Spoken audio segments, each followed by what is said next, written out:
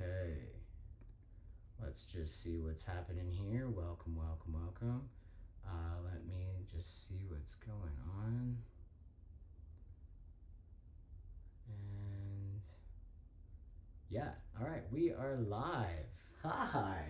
Hello, welcome to my bathtub. I've upgraded some things, as you can see. So today I'm going to answer two solid questions. I'm going to try and keep it not short, but like around 30 minutes or so I don't take up your entire night. So I'm keeping these questions around trans topics right now.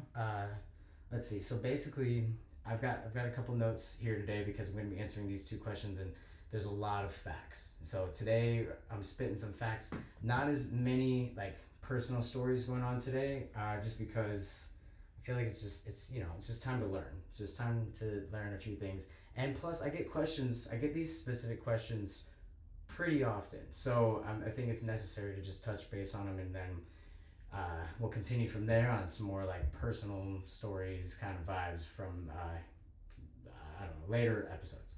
So okay, question number one. Let's just jump right in. Question number one: do you have to take testosterone your entire life? And basically, so these are two questions that were left over from last stream, and I really appreciate getting feedback and having people ask more questions that I didn't touch base on the last time. So do you have to take testosterone your whole life? And if so, how will that affect as you age, like when you get older? So basically, first off, what I'm going to start with is what are hormones? I've been on hormones or testosterone for 3 years now, and I read this and was like, oh shit, okay, all right, I didn't know that. So what are hormones? I'm gonna keep it short and sweet. Chemical messengers that tell cells and other parts of your bodies how to function, when to grow, when to divide, when to die, and they regulate, here we go, growth, sex drive, hunger, thirst, digestion, metabolism, fat burning and storage, blood sugar and cholesterol levels, and reproduction. That is literally like what else are we missing as human beings here? So they do a lot. Obviously, hormones do everything, and it's really interesting because I experienced this obviously firsthand, and it's sorry, I'm gonna adjust this microphone a little bit. There we go. Honestly, what I want to do first before we answer this is just kind of do a quick breakdown of basically what happens when a female is taking testosterone. Sorry, I keep slipping down here. I'm about to get this like huge thing in here with there we go. Let's just relax. Let's just take a deep breath and just relax, because I put some good like oils in here, some salts, all the good shit. So here we go. This is what is to expect. What to expect when you're expecting to transition. All right, just gonna go through the list. Beard, body hair, or like facial hair, body hair. That's not debatable, but that is depending on your genealogy, really. So that is within like the first year to 4 years before you get like a full thing going on. So, and then aside from that, I talked about this last time, was increase of clit size. Loads bigger, real crazy, very sensitive. I'm not going to touch base on that any more than that. Okay, so this is also genetic, where it's if you male pattern baldness. If your dad is bald, if your mom's dad is bald. I do hair for a living, so I should know the theory behind this. I don't know if it's for sure that it's like your mom's dad or any of that kind of stuff, but anyways, moving on. Height and libido. God damn it. Your sex drive, especially within the first year, is like bananas. So, and then here we go with increase of muscle. It just comes pretty easily, which is nice. Deepening of voice. This happens in around 3 to 6 months. Not guaranteed to have a full-on like cisgendered male range voice. Possible acne. Let's just say literally this is the second puberty in your life, and like you straight up like you're going through puberty, so you're gonna like your skin gets a little more oily, and you also develop like a different body odor. I'm not even kidding. Like I noticed it right when it happened, and I was like, is that me? Like what? It was kind of endearing because transitioning should be exciting. It should be fun. There should be very much exciting energy around it, and so every new little thing that comes about is like it's good, right? I mean, not to mention your period stops. That happens in about what 1 to 6 months. I think mine took probably about 3. I think, but that was like thank the freaking heavens above. Yeah. So then you also get fat redistribution. You know, the female cisgender female body, you usually have fat in or gain weight, if you will, or curves, whatever, in your thighs and your hips, and this kind of redistributes it to your stomach. Notice how you always see like a guy with a beer belly. Sorry, not to get too crazy, but I did switch positions here, and I brought bubbles this time. So okay, so anyways, and then also this was a new one that I didn't realize was a thing, fresh and new on the market was your taste in foods changed. I thought that was interesting. I didn't know that. I don't really know what changed for me personally with that one, but okay, let's dig on deeper.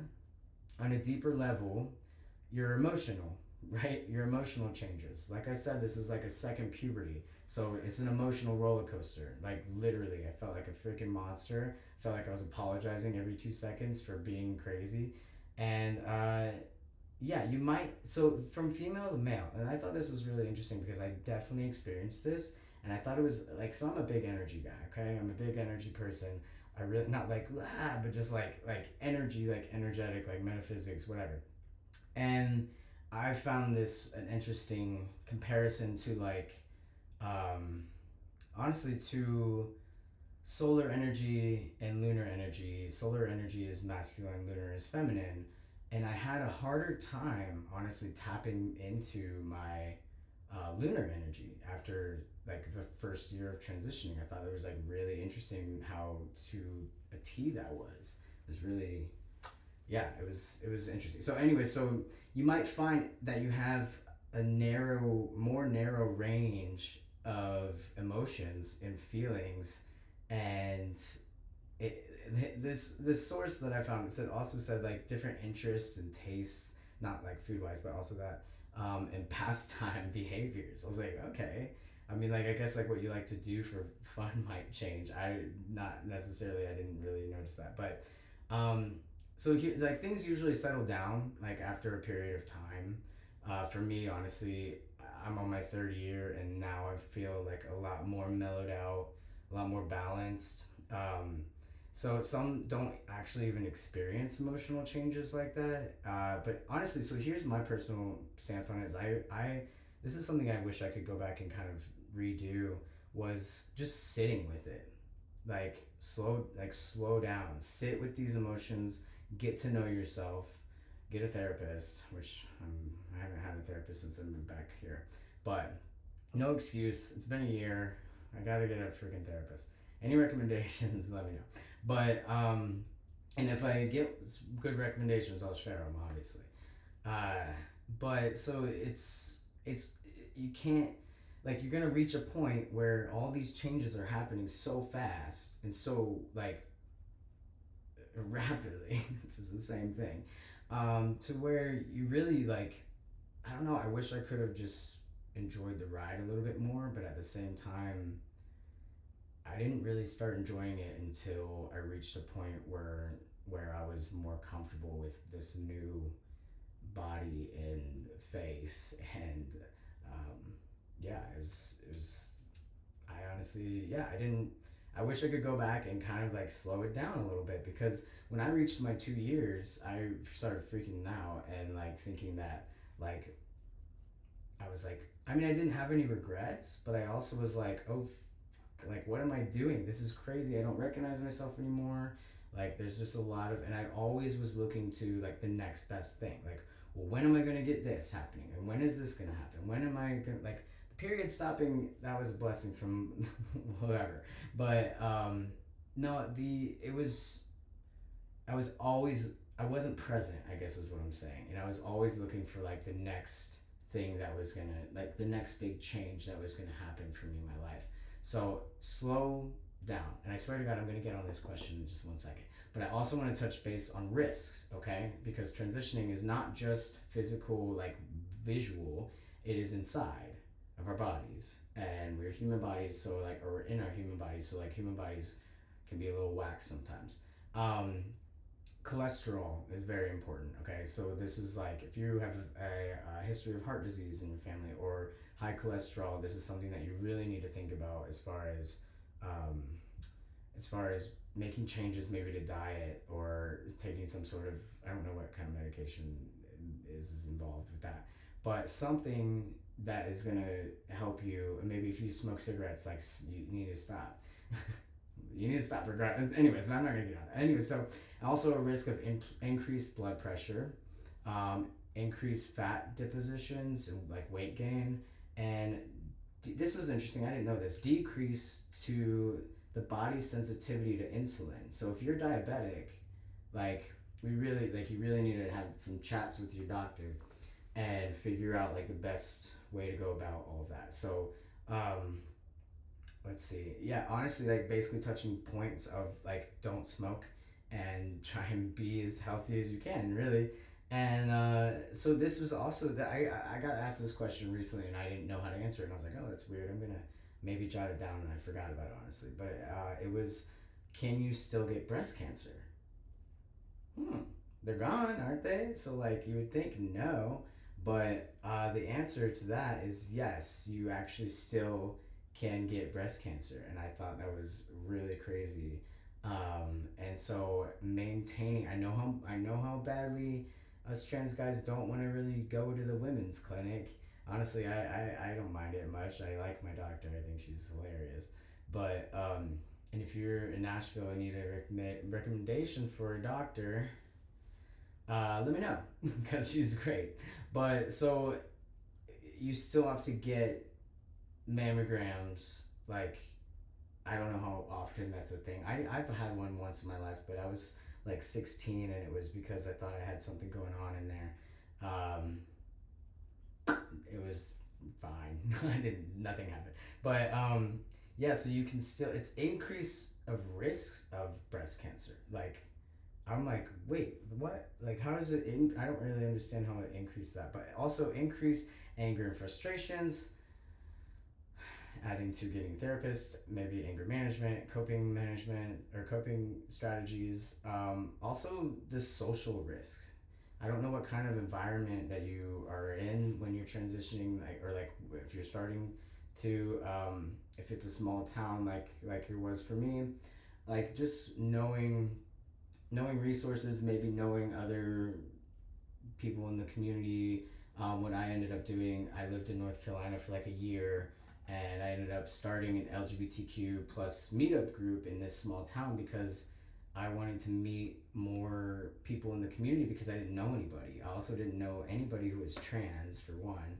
I've seen like I knew of this trans woman, but like we didn't know each other, and you don't want to just be like, hey, I know about you, do you know about me, kind of thing. Like that's weird. But I mean, kind of, I don't know, it might not be weird, but anyways, so forming and finding your community is important because uh, it's, I mean, depending on where you are, I don't know, I was kind of scared and paranoid a lot when I was in that small town, even though it was a great town and like everyone was nice and everything, but it was still a really small town that, like, you know, people, sometimes people don't like trans people and sometimes they just want to hurt them, and that's not okay. So basically, let's get back to the topic here before I start a support group. And yeah, so do you have to stay on testosterone your entire life? The answer is yes,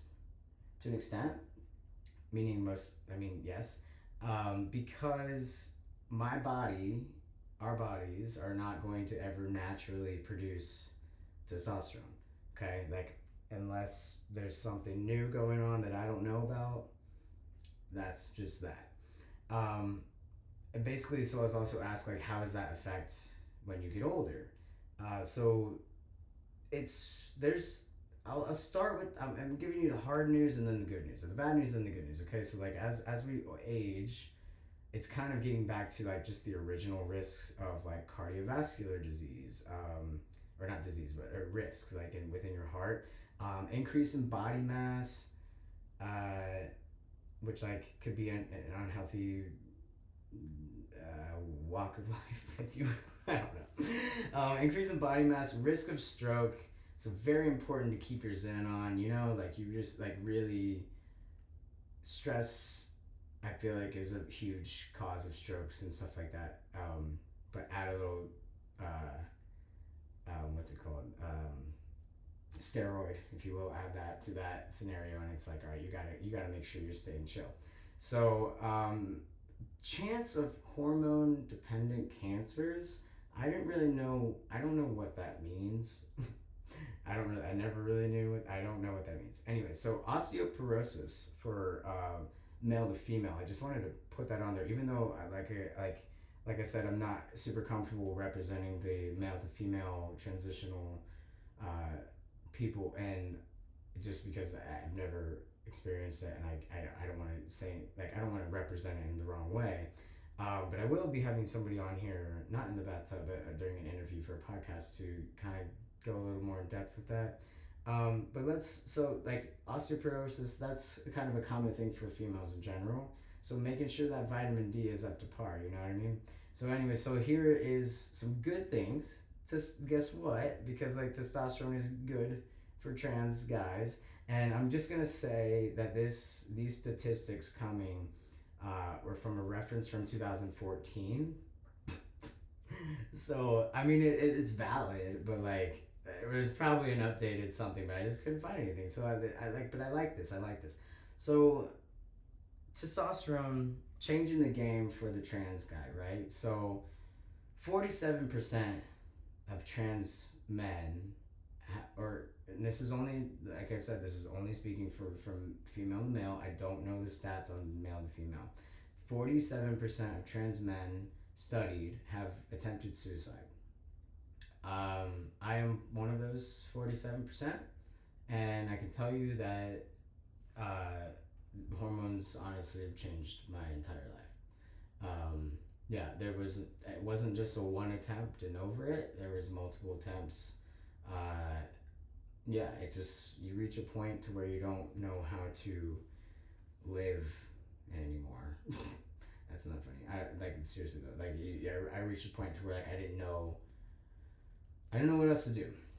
It seemed like there was no solution, and it seemed like I was stuck, and I couldn't find a way out. Like there was no, I didn't really understand what being trans was, and then when I did, I didn't really understand like how to do that, and then also I didn't really understand the fact that I deserved that and deserved to be happy and comfortable in my body. I never knew what it was like to be comfortable in my body up until these past 3 years, which in more personal reference, up until this past year, because this year somehow things just became really balanced for me. I don't know. I'm really grateful for it, and I'm liking it, and it's really nice. Um, so yeah, 47% of trans men have tried to or have attempted suicide. One in every four trans man has had problems with alcohol, which I'm living in Nashville, and I feel like that percentage is like a little higher. But 1 out of 5 also had problems with drugs. I, for one, was an addict for 2 years, and I don't think I really had any addiction before then, but I didn't know how to live a normal life, like same similar reference to the suicide thing. But I also it was. I'll touch base on this for a second, then I'll get back to my stats.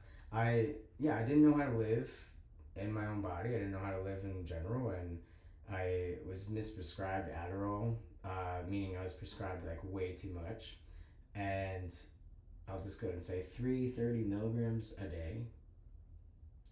Publix pharmacy was like, what is this? I'm like, I don't know. I probably almost jumped over the counter. Honestly, I don't really know what happened then. But so touching base with that, then I was 26, and so I was off my parents' insurance, and cocaine all of a sudden was cheaper than it was to buy my $300 pill bottle of Adderall that I was being prescribed. Honestly, yeah, that sucked. But so I tried cocaine for the first time in October 2016, Halloween, right on Halloween. Gotta love it. I love Halloween, but not because of that. Um, yeah, I tried that, and then I ended up uh, not stopping for an entire almost 2 years from that one time of trying it. I asked the guy, "Hey man, like, do you think I'll actually get like addicted to this, or is this just like I can try it once, right, and be fine?" And he was like, "Yeah, yeah, yeah." Obviously, never ask the drug dealer if you can outsmart their product, basically, because they're gonna say yeah to get you hooked and then keep you going. And so basically, I tried it that night, and like I said, literally the next day I got more.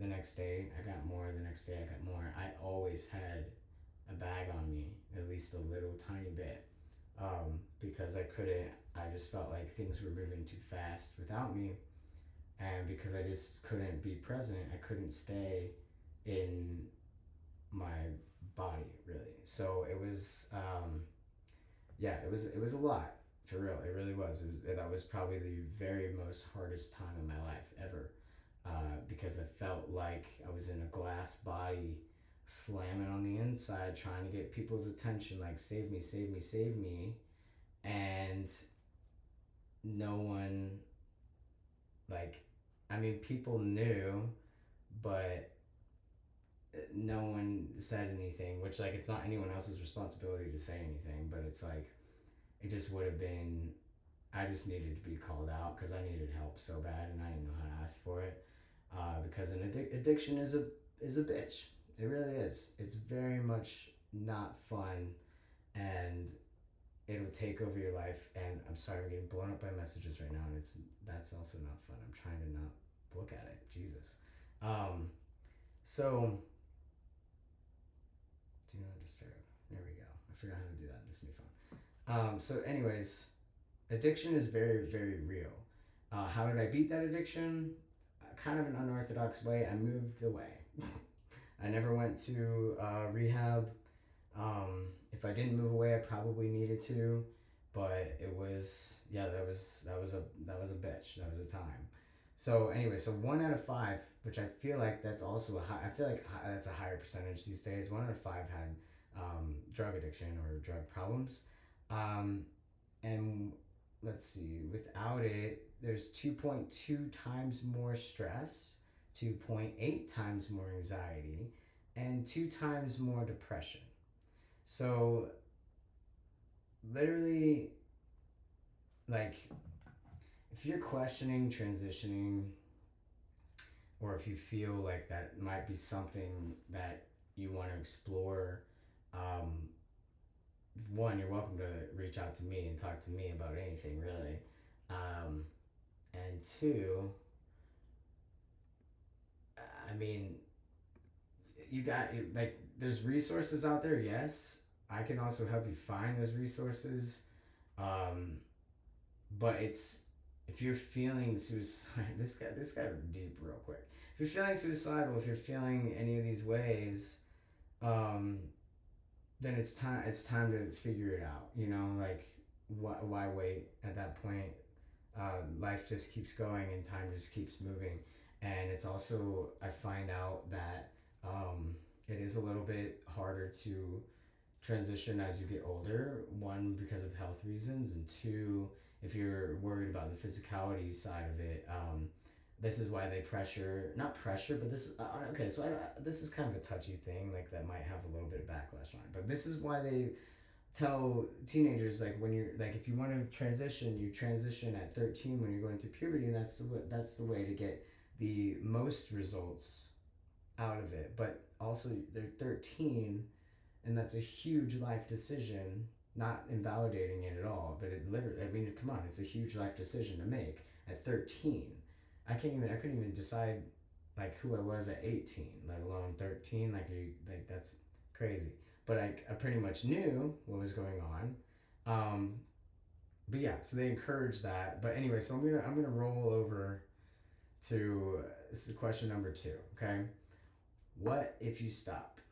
Because that kind of ties right into that, where it's like, well, if you do transition to, or not too soon, but if you transition and then you're like, wait, either I'm not ready for this, or this isn't who I am, or like, because sometimes there's only one way to find out if things are for you or not, and that is to try. And so, like, if you reach a point where it's just like, uh-oh, panic mode, I need to stop this. So this is what is to expect if that happens, okay? And like I said, this is a very factual night tonight. Not a lot of person. Well, I guess I did kind of get a little personal, but how do I not? So number 2, what happens if you stop taking tea? So most men will continue taking it throughout their whole life, like I said, because we don't produce, or trans men don't produce testosterone on their own. Um, so most like, but some will actually stop at some point. Um, anyways, there's a withdrawal period. I didn't know this. There's withdrawal symptoms that you experience, and you experience. I mean, it's not for long. It's like for like 1 to 2 weeks, but still, I had no idea. You could get like headaches, cravings, anxiety, muscle loss is going to happen regardless because you're stopping testosterone. Depression, slower cognition. That I kept finding facts on like this whole uh, this entire like brain fog session that you go through. I was like, that's interesting. Okay. So then let's see what else we have here.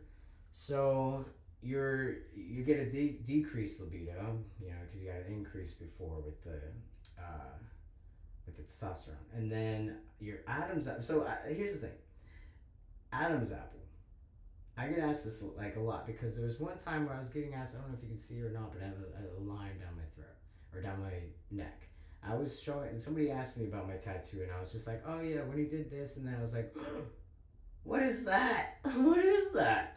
And it turns out I'm growing an Adam's apple. I don't know how physically that's happening, but it's a thing, and here we are. And so that is permanent. If you stop testosterone and you have that, that will not go away. Facial hair and body hair that was gained will not go away, but you won't obviously accumulate more. Um, your voice will not change back. Once it's lowered, it is lowered. So my example of this is a rubber band that's been like too stretched out. Like you can't like tighten it back up. Let's see. Fat will redistribute back to a more feminine form. So everything that went to that stomach area is now going to go back to hips, thighs, whatever. Your periods could start again, and it says would and could. I guess some people experience that you don't, or they don't. But your oil on your face will decrease. Your body odor will actually change back, which is wild. Male pattern baldness does not change. So if you have male pattern baldness that you've experienced during a transition or the beginning phases of transition, when you stop, that is that. There's also, I'm gonna do a little Nutrafol plug real quick. I do hair for a living, and if Nutrafol is like the best on the market right now. So if you need something to keep your hair growing and filling out, I've seen it with my own eyes. Nutrafol, look it up. Um, Best on the market, like I said. Anyways, so your sex drive will drop again because T is the thing that increased it.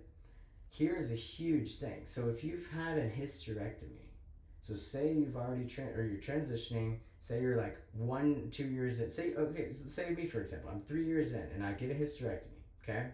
Because like it is average for trans guys to experience some weird uterus pain because that is becoming like a little war zone in your uterus.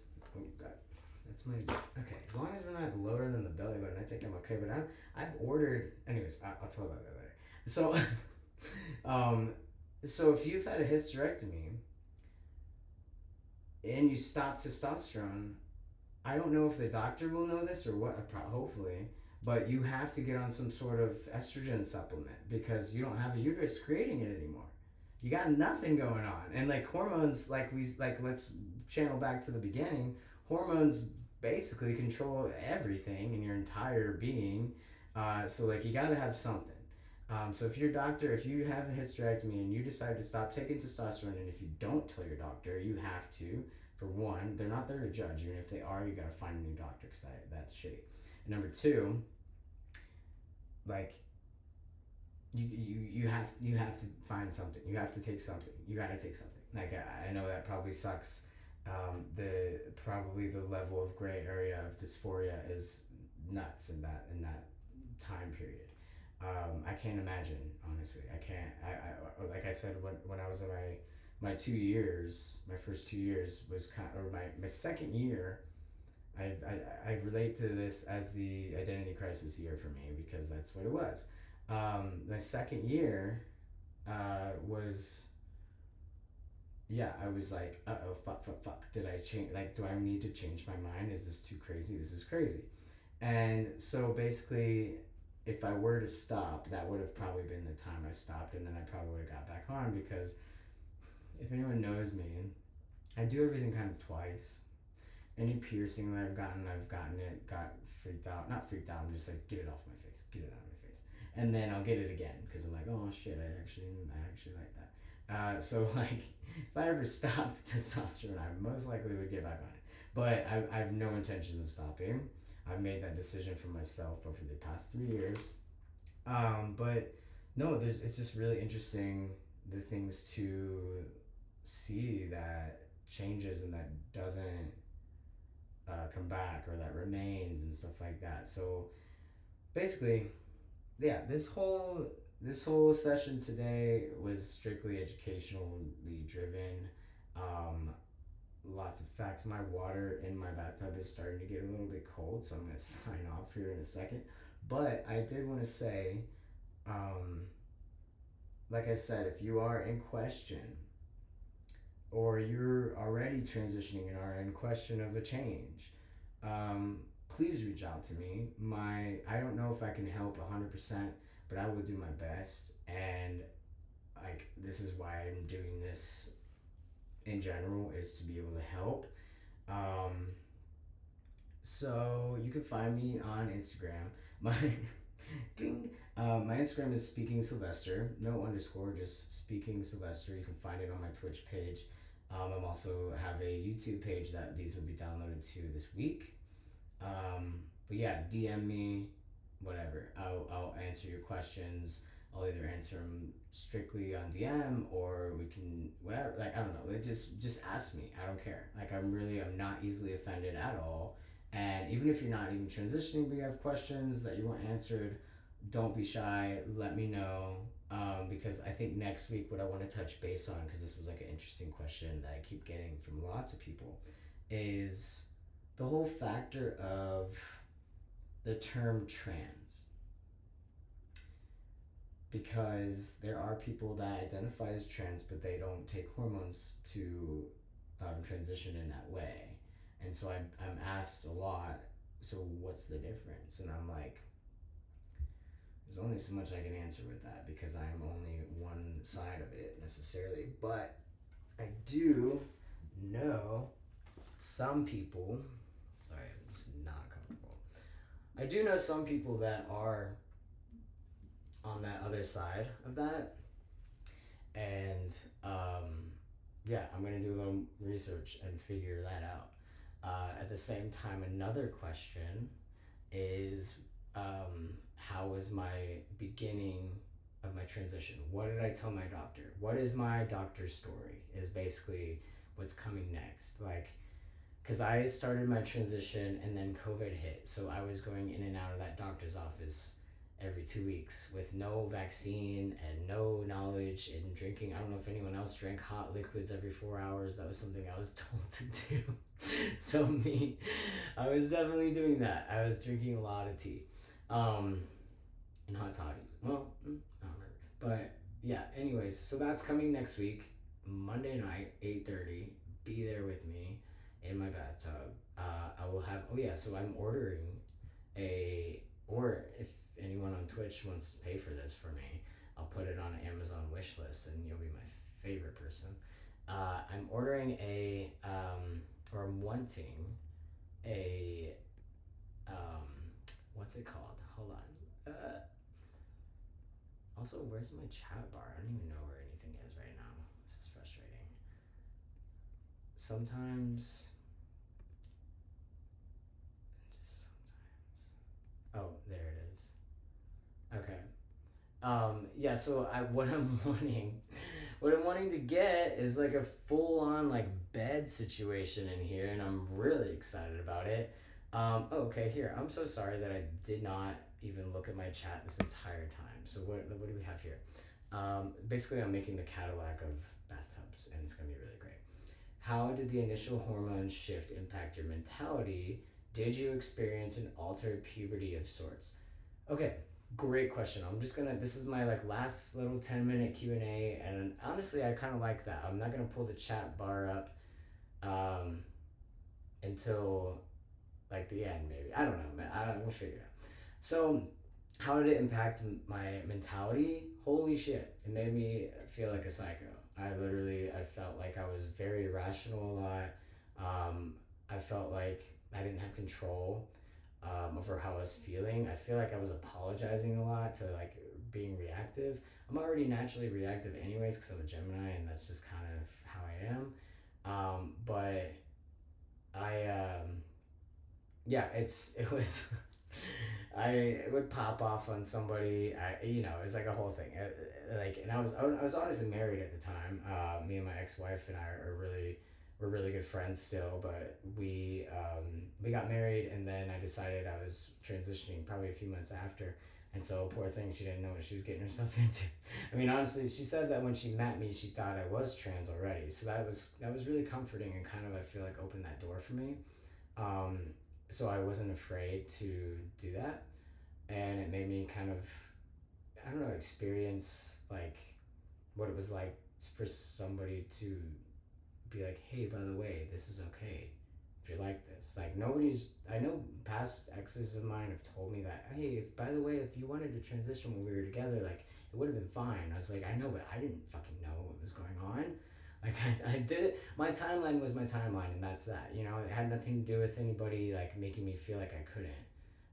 If anything, that was more so the environment I was in, growing up in a small town. So, anyways, long story short, yeah, it made me feel like, and this isn't why we divorced, by the way. It was a mutual divorce, and we just like something was missing, and we just love each other in a way that was not like for marriage like that, and it's kind of a beautiful thing. And we actually moved across the country together as roommates, dated other people, helped each other pick out outfits for dates, shared location. It's like whatever. It was great. She's the best. So anyway, so it did make me feel like I was in a second puberty, but experiencing what my older brother experienced when he went to puberty instead of what I did naturally. So it was, yeah. I hope that answers your question. It was a lot. It was kind of wild, but it definitely. Honestly, what got me through it was my metaphysics schooling, because it really helped me kind of find a grounding again, because that was right after I was excommunicated from the Mormon church as well. But I wasn't like active in the church, but there was a lot going on there. So basically, yeah. Anyways, I'm going to stop rambling and I'm going to answer the next question. Did you experience a transformation of your concept as an individual or a steadily built realization of self? Holy shit, the wording of that question is amazing. Do you write? Okay, do you experience. Hold on, I gotta read it again. Did you experience transformation of your Okay. It was a little okay. So it definitely was steadily built. It was more gradual, um, because there's times where you.